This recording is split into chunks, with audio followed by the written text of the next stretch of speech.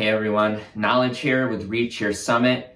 In this video, we're going to go over a first look at the new Altra Lone Peak 6. We'll compare it to the previous Lone Peak 5 and go over what's changed, what's remained the same, and my general first impressions of this new shoe for 2022. Let's get into it.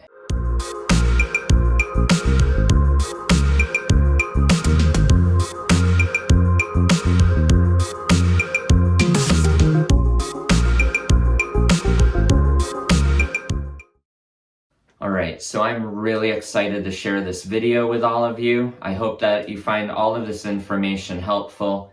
Before I get things started, I would also like to add that I am going to be wearing a bunch of other different footwear this year, and I have been wearing different footwear throughout last year along with the Lone Peak 5.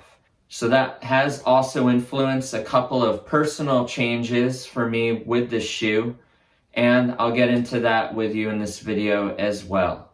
With that said, many of you who follow this channel or have seen me out on the trail for the last several years or thousands of miles know that the Lone Peak shoe has been one of my absolute favorites.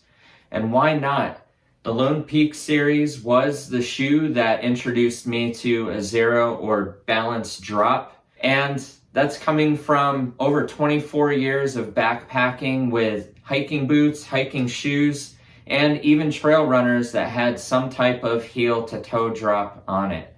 The Lone Peak shoe had helped me find what works best for me, what I find to be the most comfortable, and that's having a balanced neutral platform along with a foot-shaped toe box and other various factors with footwear. So I was really excited to see this new Lone Peak 6 shoe come out. Coincidentally, it came out right at the wrong time for me here in the Northeast, very similarly to the Lone Peak 5 last year.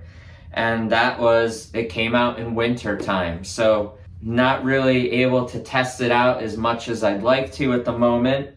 I do have 20 miles on this shoe so far, so this is more a first look video. I will have a full-on review of this shoe after I get a lot more appropriate mileage in with it.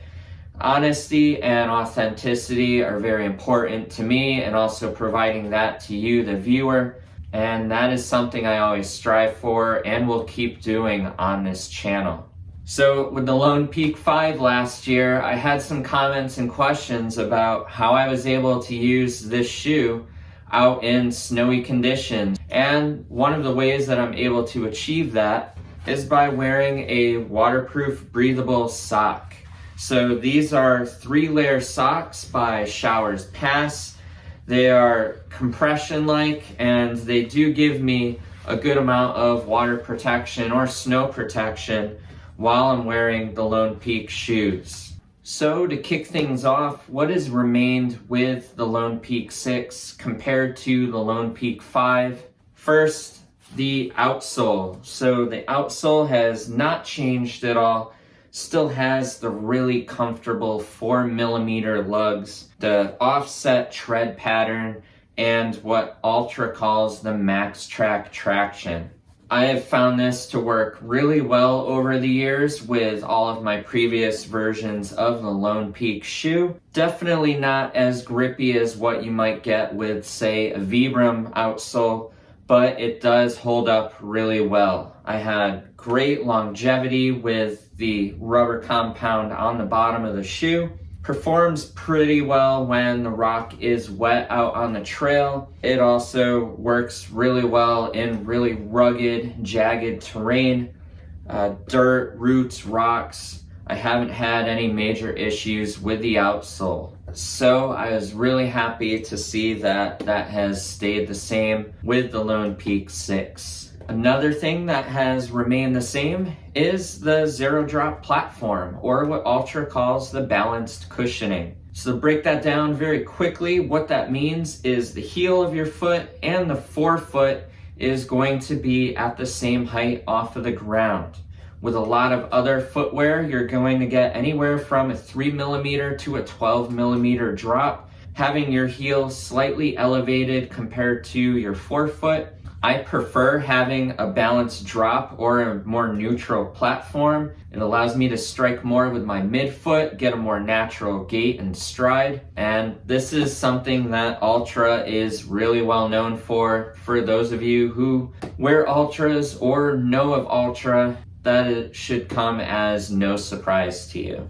Another thing that has remained the same with the Lone Peak 6 compared to the Lone Peak 5 is the Ultra Ego midsole. So I was really happy to see that the Ultra Ego has stayed with the Lone Peak 6. This was something that was introduced with the Lone Peak 5, and Ultra has different tiers of this, going with the Ego, then the Ego Max, and the Ego Pro.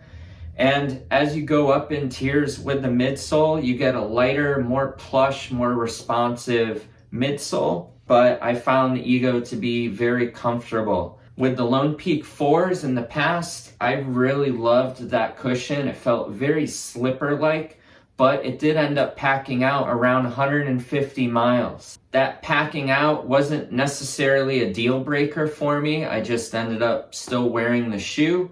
But it was something that I had noticed. And with the 4.5s that came out after, I found that shoe to be a little bit stiffer than the Lone Peak 4. And so when the 5 came out and they introduced the Ego cushioning, I found that it was a blend of the best of both worlds from the 4 and the 4.5. So I got really good plush responsiveness with the shoe, but it still had a little bit of stiffness and structure to prevent it from packing out very quickly. So I'm really happy to see that this has stayed with the Lone Peak 6. Another thing that you get with the Lone Peak shoes is a stone guard that is going to be embedded with the shoe.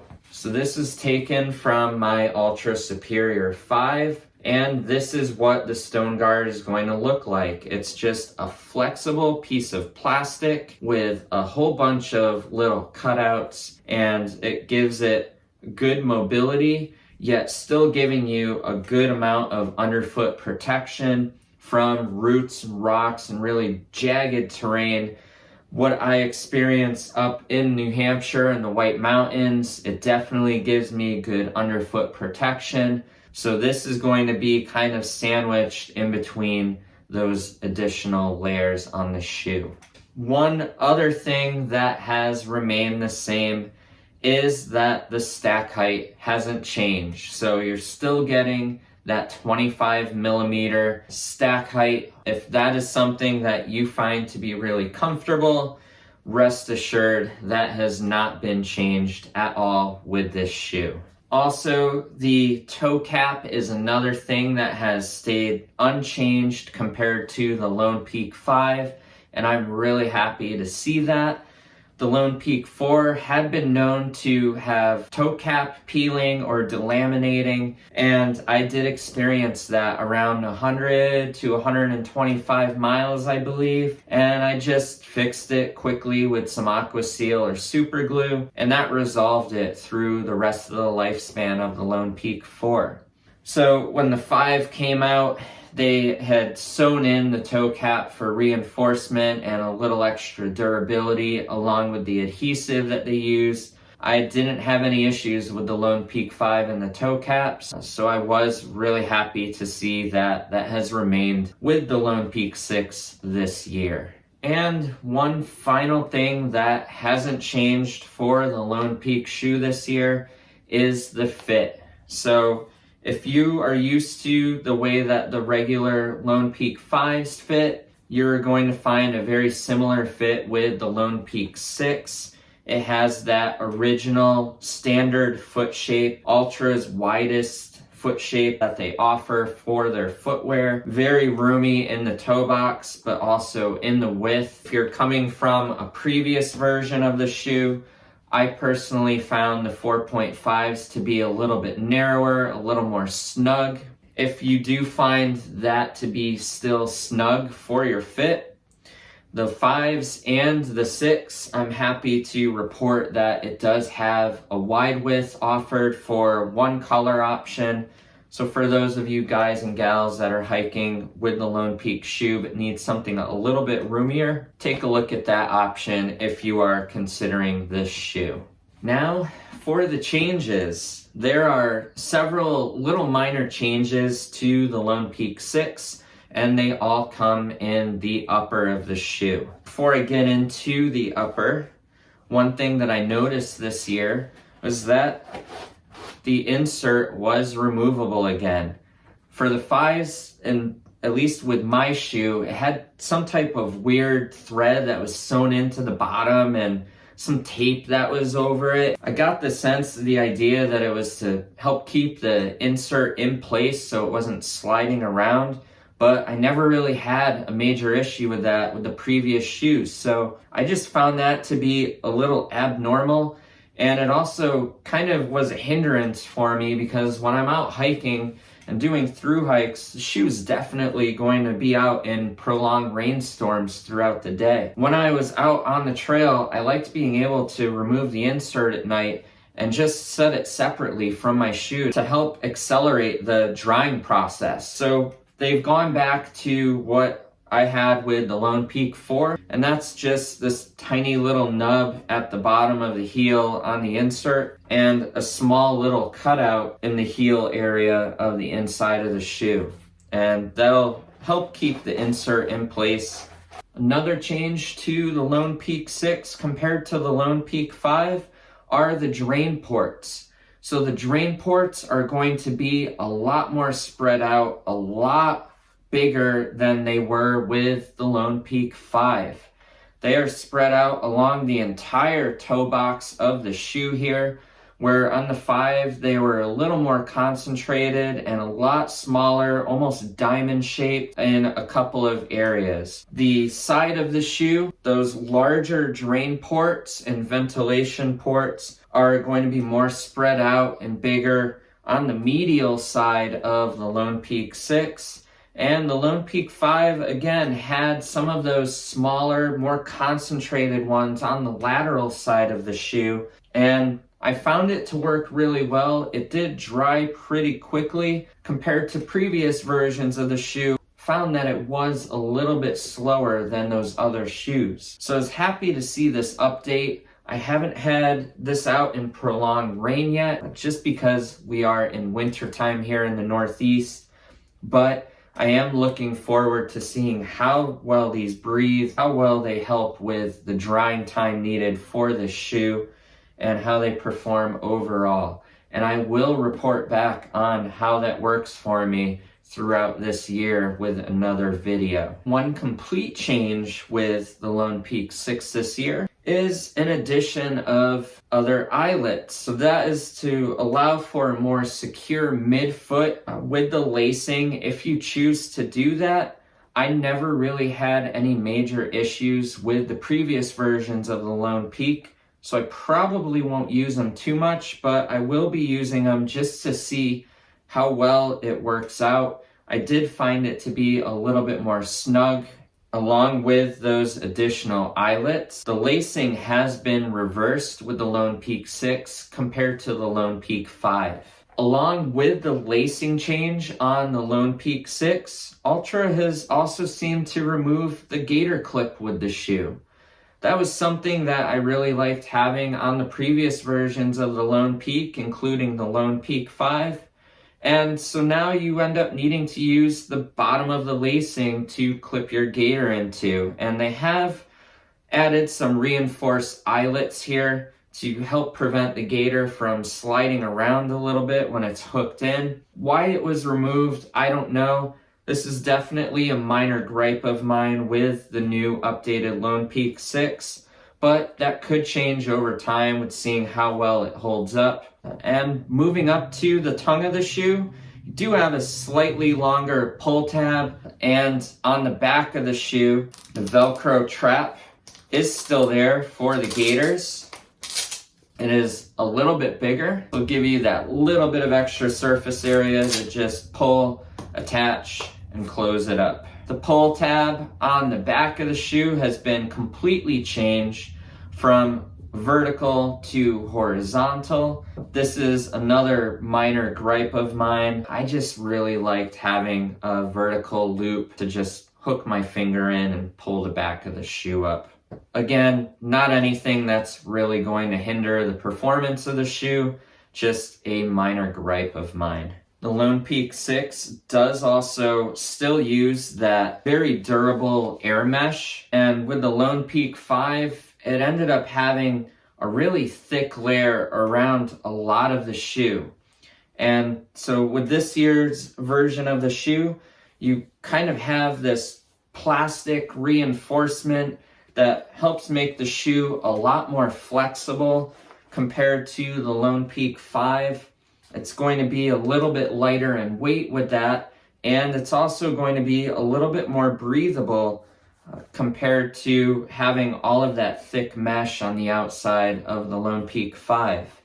I have found this shoe to breathe a little bit better with the very minor mileage that I've had so far. Now, how these updates to the upper mesh perform in very warm temperatures and humid climates, only time will tell, but I have noticed the shoe to be pretty breathable, very flexible, and really comfortable, especially compared to that thicker mesh that was added to the Lone Peak 5. And very quickly, a couple of additional changes to the Lone Peak 6 compared to the Lone Peak 5. You get some really nice colorways. I really love the colorways for the shoe this year compared to what was offered last year. So with this year, I went with the Dusty Olive, which has a really nice two-tone with some dark navy blue. I went with this color, but I was also looking at the maroon, which I thought looked really nice. With the whole upper, you're also going to be getting a lighter weight shoe.